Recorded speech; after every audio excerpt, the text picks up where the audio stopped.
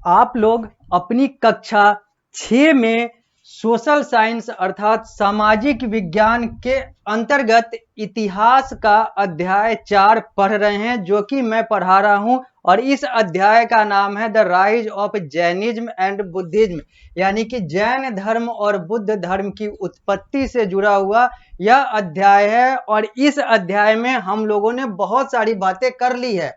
इस कक्षा से पहले इस अध्याय में हम लोगों ने 6 कक्षाएं की है, जिसमें हम लोगों ने जाना है कि जैन धर्म, बुद्ध धर्म, इन सारे चीजों की नींव कहां से रखी गई, हिंदू धर्म में कौन कौन सी विषमताएं थी जिसके कारण से जैन और बुद्ध धर्म को, बौद्ध धर्म को आना पड़ा, और दुनिया में अलग अलग कोने में और भी बहुत सारे धर्म बने, जिसमें पारसी और अलग अलग धर्मों का नाम आता है।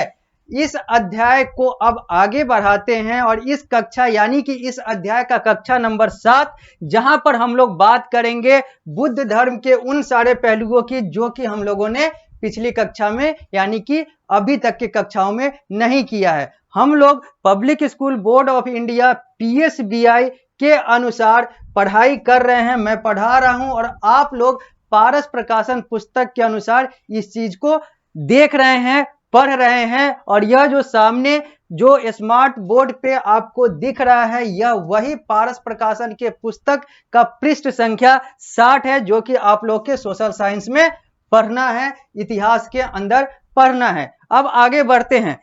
पिछली कक्षा में हम लोगों ने बात किया था बोध गया मंदिर का, जो कि आप लोग को सामने यहां पर दिख रहा है। और हम लोगों ने देखा था कि कैसे एक हिंदू सिद्धार्थ गौतम जो है वो एक बौद्ध धर्म यानी कि बुद्ध धर्म यानी कि वो गौतम बुद्ध लॉर्ड बुद्ध बन जाता है और बौद्ध धर्म की स्थापना करता है, संस्थापक बन जाता है, और बहुत सारे लोग जो हैं उसके फॉलोअर बन जाते हैं। और कैसे आज बौद्ध धर्म दुनिया का जनसंख्या के अनुसार 5वां सबसे बड़ा धर्म है, और अगर नास्तिकों को हटा ले तो दुनिया का 4था सबसे बड़ा धर्म जनसंख्या के अनुसार बौद्ध धर्म है। पहले नंबर पे ईसाई आते हैं, जो कि लगभग 175 करोड़ के साथ दुनिया में 1 नंबर पर हैं आबादी के अनुसार, जनसंख्या के अनुसार। दूसरे नंबर पे इस्लाम मुस्लिम है, जो कि लगभग 150 करोड़ के साथ हैं। तीसरे नंबर पर नास्तिक हैं, जो 125 करोड़ के लगभग हैं पूरे दुनिया में। हिंदू चौथे नंबर पे है 100 करोड़ जनसंख्या के साथ, और 80 से 90 करोड़ की जनसंख्या जो है वो 5वें नंबर पर बौद्ध धर्म की है। और अगर धर्म की ही सिर्फ बात करें तो अधर्मी यानी कि नास्तिक जो तीसरे नंबर पर है जनसंख्या के अनुसार, उसको हटा देते हैं तो बौद्ध जो है वो चौथे नंबर पर आता है अपने जनसंख्या के अनुसार। अब हम लोग बात करते हैं उस इंटरेस्टिंग फैक्ट की जहां पर हम लोगों ने पिछली कक्षा रोकी थी। यहां पर लिखा हुआ है Nalanda university in Bihar has been recently opened as an educational centre again after 821 year. 821 साल के बाद नालंदा विश्वविद्यालय, जो कि भारत के बिहार राज्य में है, वहां पर इस नालंदा विश्वविद्यालय को रीओपन किया गया, यानी कि फिर से खोला गया। तो जब फिर से खोला गया मतलब है कि यह पहले बंद हुआ था। अब इसी की इतिहास की बात करते हैं, जो कि हम लोगों ने पिछली कक्षा में जहां पर रोका था और मैंने कहा था कि अगली कक्षा में आएंगे तो इसी के इतिहास के साथ आगे बढ़ेंगे अगली कक्षा में।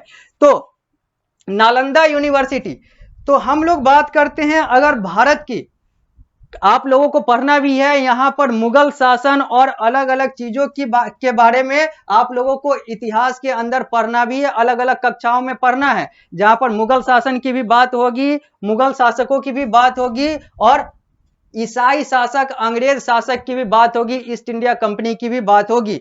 अगर हम देखें तो भारत पर सबसे बड़ा आक्रमण यानी कि सोने की चिड़िया को लूटने का सबसे पहला और सबसे बड़ा प्रयास जो है और जिसमें उसको सफलता भी मिली, वो मुगलों की थी, यानी कि शुद्ध रूप से कहें तो वो मुस्लिमों की थी, वो इस्लामिक लोगों की थी, जिन्होंने भारत यानी कि एक वैसे देश पर आक्रमण किया जो कि सोने की चिड़िया थी। सोने की चिड़िया का मतलब यह नहीं है कि सोने का पंख हुआ करता था और भारत उड़ता था। सोने की चिड़िया का मतलब है यहां पर रिसोर्सेज, संपदा, इन सारे चीजों में भारत जो है वो बहुत ज्यादा धनी था। भारत के पास बहुत सारे संसाधन, बहुत सारी संपत्ति, बहुत सारे रिसोर्सेज थे और अभी भी हैं। तो इसी को लूटने सबसे पहले जो भारत में आए, जब हम लोग मुगल शासन के बारे में पढ़ेंगे तो वहां पर मैं बताऊंगा पूरा मुगल शासन के बारे में, कैसे अकबर, बाबर, इन सारे का कंसेप्ट आता है,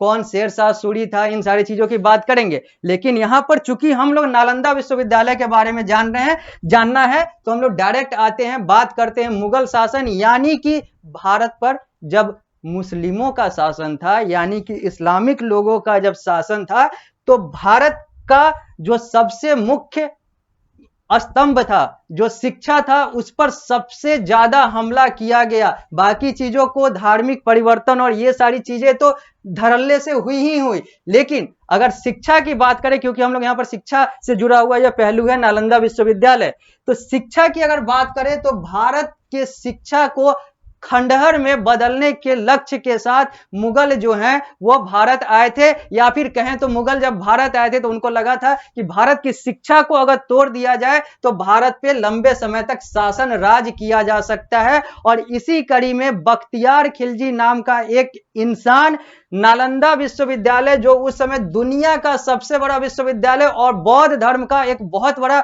विश्वविद्यालय, बौद्ध धर्म से जुड़ा हुआ एक बहुत बड़ा विश्वविद्यालय था, हिंदू धर्म से जुड़ा हुआ एक बहुत बड़ा विश्वविद्यालय था, उसके लाइब्रेरी और नालंदा विश्वविद्यालय को बख्तियार खिलजी के द्वारा जला दिया जाता है। बख्तियार खिलजी के आदेश के अनुसार उसको जला दिया जाता है और वो लगभग बहुत समय तक, बहुत महीनों तक वो जलता रहता है। और उसके बाद वो नालंदा यूनिवर्सिटी और नालंदा यूनिवर्सिटी का जो पुस्तकालय, जिसको अंग्रेजी में लाइब्रेरी कहते हैं, वो बाद में एक खंडहर का रूप ले लेता है और वह भारत में एक पर्यटन स्थल बन जाता है खंडहर के रूप में। यानी कि जो भी नालंदा विश्वविद्यालय देखने जाते हैं वो नालंदा विश्वविद्यालय के खंडहर को देखने जाते थे, अभी बहुत समय पहले तक या कुछ समय पहले तक।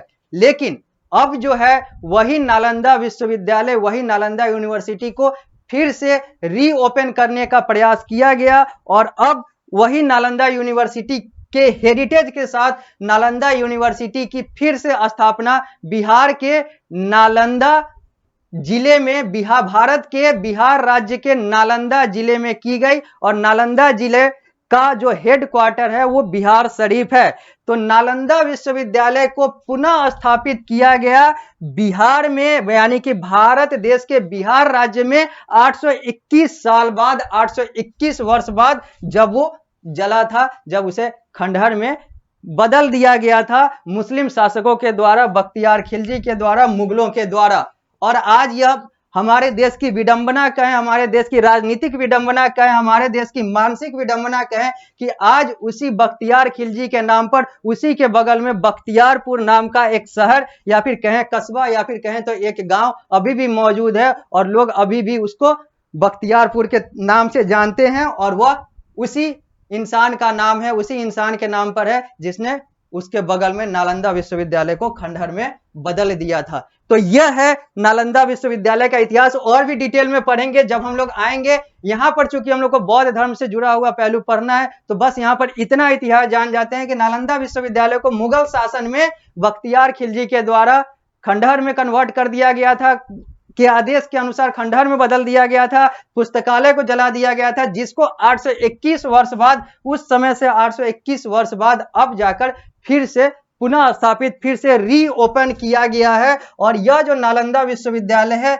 इसका जिक्र यहाँ पर इसलिए हो रहा है क्योंकि यह बौद्ध धर्म से जुड़ा हुआ एक बहुत बड़ा शिक्षण केंद्र है, बौद्ध धर्म से जुड़ा हुआ एक बहुत बड़ा एजुकेशनल इंस्टीट्यूट है, एक नॉलेज का जगह है, एक ज्ञान का स्थल है। अब हम लोग पृष्ठ संख्या 61 पर आते हैं और एक उस चीज की बात करते हैं जो बुद्ध धर्म से जुड़ा हुआ है, यानी कि बुद्धिज्म इन चाइना की बात करते हैं। दुनिया का जनसंख्या के अनुसार दूसरा सबसे बड़ा देश जो है वो चाइना है। अभी तक पहला था, अभी भी पहला है, बहुत सारे लोग कहते हैं चाइना ही पहला है, लेकिन कहें तो बहुत सारे रिपोर्ट ये कहते हैं कि अब भारत जो है जनसंख्या के आधार पर 1 नंबर पर आ चुका है, चाइना जो है वो 2 नंबर पे आ चुका है। कुछ लोग कहते हैं कि चाइना अभी भी 1 नंबर पर है, भारत 2 नंबर पे है। जो भी है, 1 नंबर या 2 नंबर, यह यहाँ पर विषय नहीं है। विषय यह है कि हम लोग देखेंगे कि चाइना में बुद्धिज्म का क्या रूप रहा है, बुद्ध धर्म जो है वो चाइना में कैसे अपना प्रभाव डाला और कैसे वो वहां पर आगे बढ़ा। तो अब हम लोग बात करते हैं बुद्ध धर्म का, बुद्ध धर्म से जुड़े हुए उन सारे पहलुओं का जो कि दुनिया के जनसंख्या के आधार पर प्रथम या द्वितीय देश चाइना से जुड़ा हुआ है। लिखा हुआ है, Mao Zedong red army control China in 1949 and people republic of China was born. People republic of China, जिसको हम लोग पीआरसी कहते हैं, इसकी स्थापना यानी कि ये जो है देश 1949 में बना था। सन 1949, वर्ष 1949 में बना था। किसके द्वारा? तो माओ जेडोंग के द्वारा। माओ जेडोंग की लाल आर्मी के द्वारा, लाल सेना के द्वारा पीपल रिपब्लिक ऑफ चाइना की स्थापना सन 1949, वर्ष 1949 में हुआ था। अब यहां पर बात करते हैं पीपल रिपब्लिक ऑफ चाइना का। ज्यादा डिटेल में नहीं जाएंगे, यह आपका टॉपिक नहीं है, लेकिन फिर भी समझ लेते हैं पीपल रिपब्लिक ऑफ चाइना क्या होता है। तो चाइना के अनुसार चाइना एक है जो कि चाइना है, जो कि हिंदी में चीन है, जो पीपल रिपब्लिक ऑफ चाइना है, पीआरसी है। लेकिन बहुत सारे देश जो कि इस चाइना के थ्योरी का समर्थन नहीं करते हैं और वो एक और देश को मान्यता देते हैं जिसका नाम ताइवान है। तो वहां पर चाइना जो है एक पीपल रिपब्लिक ऑफ चाइना है और ताइवान जो है वो रिपब्लिक ऑफ चाइना है। आरओसी यानी कि रिपब्लिक ऑफ चाइना जो है वो ताइवान है जिसकी राजधानी ताइपेई है, और चाइना पीआरसी है, पीपल रिपब्लिक ऑफ चाइना है, जिसकी राजधानी बीजिंग है। तो यहां पर 2 चाइना और 1 चाइना पॉलिसी की बात होती है। जो चाइना है और चाइना के जो समर्थक देश हैं वो 1 चाइना की पद्धति पे चलते हैं, कहते हैं कि चाइना एक है, ताइवान कोई दूसरा देश नहीं है। जबकि भारत तो फिर भी चुप रहता है, भारत बीच में रहता है, वो ना इसको मान्यता देता है ना उसको मान्यता देता है। लेकिन बहुत सारे ऐसे देश हैं जो ताइवान का समर्थन करते हैं। अमेरिका जो है वो ताइवान का खुले में समर्थन करता है और वो कहता है कि 2 चाइना पॉलिसी है, यानी कि चाइना जो है वो 2 भागों में है। एक रिपब्लिक ऑफ चाइना जो ताइवान है जिसकी राजधानी ताइपेई है, और एक पीपल रिपब्लिक ऑफ चाइना जिसकी राजधानी बीजिंग है, जिसको हम लोग सिंपली चाइना कहते हैं। तो चाइना जो है वो पीपल रिपब्लिक ऑफ चाइना है। अब हम लोग आगे बात करते हैं। In 1950 China invaded Tibet and declared it to be a part of China. 1950 में बना, तो 1949 में, और 1 साल में ही वो युद्ध वाले और उन सारे चीजों की स्थिति में चला गया। और यह लाल आर्मी और कम्युनिस्ट कहता है, अपने आप को कहता है कि हम साम्यवादी हैं, हम सब कुछ मिलाकर चलते हैं, सारा कुछ सबों का भला सोचते हैं, और सबसे ज्यादा अतिक्रमण लोगों का और शोषण लोगों का इसी देश में बड़े स्तर पर होता है। तो यह विडंबना है, कहने के लिए दिल में कुछ, मन में कुछ, जुबान पर कुछ वाली बात चाइना की रहती है। तो अब आगे बढ़ते हैं। इन 1950 वर्ष 1950 में China invaded Tibet and declared it to be a part of China. China ने तिब्बत को कब्जे में ले लिया, यानी कि तिब्बत पर आक्रमण किया। तिब्बत एक देश है, तिब्बत की राजधानी लहासा। तिब्बत एक देश है और उस देश पर इसने आक्रमण किया और कब्जा कर लिया। यानी कि वर्ष 1950 में तिब्बत जैसा एक देश जो है वो देश की संज्ञा से बाहर निकल जाता है और वह चाइना का हिस्सा, चाइना का एक शहर के रूप में दुनिया को स्वीकार हो जाता है। Mao was hostile to religion and Chinese government had control over Buddhism. ये जो माओ था, जो संस्थापक था चाइना का, वो रिलीजन के प्रति, धर्म के प्रति वैसे ही था, और चाइनीज गवर्नमेंट जो थी वो कंट्रोल ओवर बुद्धिज्म, और जो चाइना की सरकार थी वो बुद्धिज्म को यानी कि बौद्ध धर्म को नियंत्रित करे हुई थी। चाहे वो तिब्बत की बात करें चाहे चाइना की बात करें, यहाँ पर बौद्ध धर्म जो है वो बड़े स्तर पर था, यहाँ पर बड़े स्तर पे इसकी जनसंख्या थी। In early year of Mao dictatorship, Mao के तानाशाह के शुरुआती समय में, आगे बढ़ते हैं, some monasteries and temple were converted to secular use. कुछ मठ और मंदिर को कन्वर्ट कर दिया गया, बदल दिया गया सेकुलर यूज में। मतलब यहां पर कोई बौद्ध धर्म या हिंदू धर्म से जुड़ा हुआ कोई कार्य नहीं होगा। यहां पर कोई भी आएंगे कुछ भी कार्य करेंगे, यहां पर पूजन पाठन इन सारी चीजों का कार्य नहीं होगा। यानी कि एक सेकुलर सर्व धर्म का एक जगह बना दिया गया, क्योंकि जो माओ था वो धर्म को नहीं मानता था, वो नास्तिक था। Other became state operated organisation and the priest and monk became the employ of the state, और बाकी सब जो है वो राज्य नियंत्रित संस्थान बन गए, और जो पुजारी थे और जो मठाधीश थे, जो बौद्ध धर्म के जो भी शीर्ष जो पुजारी थे, वो सब एक एम्प्लॉय के तौर पे बन गए, एक कर्मचारी के तौर पर बन गए इन सरकारों के अंतर्गत, यानी कि माओ के डिक्टेटरशिप में। इन 1953 में all of Chinese Buddhism was organised into a Buddhist association of China. 1953 में जितना भी चाइना का बुद्ध था, यानी कि चाइना के जो बौद्ध थे, बौद्ध धर्म वाले थे, उनको ऑर्गेनाइज इनटू, उन सबको एकत्रित कर दिया गया बुद्धिस्ट एसोसिएशन ऑफ चाइना के नाम से, BAC के नाम से, बैक के नाम से, बाक के नाम से, यानी कि बुद्धिस्ट एसोसिएशन ऑफ चाइना के अंतर्गत चाइना का पूरा बुद्धिज्म, चाइना का पूरा बौद्ध धर्म को नियंत्रित कर लिया गया।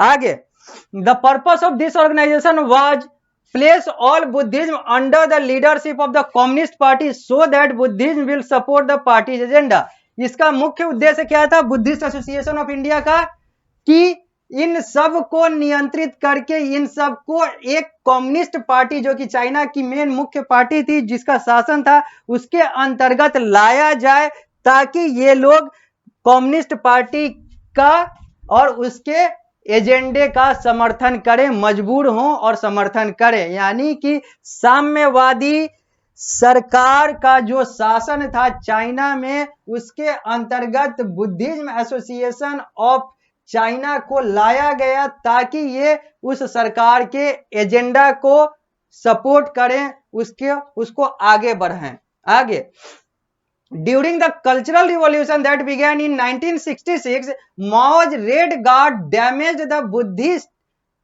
Buddhism institution are still controlled by the government, and the Buddhist Association of China will exist to keep Buddhist in control। अब क्या कह रहा है कि वर्ष 1966 में, 1966 में, ड्यूरिंग द कल्चरल रिवॉल्यूशन, जब वहां पर यानी कि चाइना में कल्चरल रिवॉल्यूशन की शुरुआत हुई, यानी कि यहां पर एक ऐसी क्रांति की शुरुआत हुई जो कि सभ्यता से जुड़ा हुआ क्रांति था। वर्ष 1966 में इसकी शुरुआत हुई। माओ की रेड गार्ड, यानी कि जो लाल आर्मी थी, लाल सेना थी, लाल रक्षक थे। लाल इसलिए क्योंकि कम्युनिस्ट पार्टी का एक रंग है जो लाल है, इसीलिए हर जगह जहां पे कम्युनिस्ट पार्टी की बात होती है वहां पर लाल लाल लाल लाल सब कुछ लाल होता है। तो इसीलिए Mao's red guard damage the Buddhist, यहाँ पे जो माओ की जो रेड आर्मी थी, जो रेड गार्ड थे, उन्होंने बुद्धिस्ट जगहों को, यानी कि बौद्ध धर्म से जुड़े हुए जगहों को और बौद्ध लोगों को डैमेज किया, डैमेज करने का प्रयास किया और बड़े स्तर पे नुकसान पहुंचाया।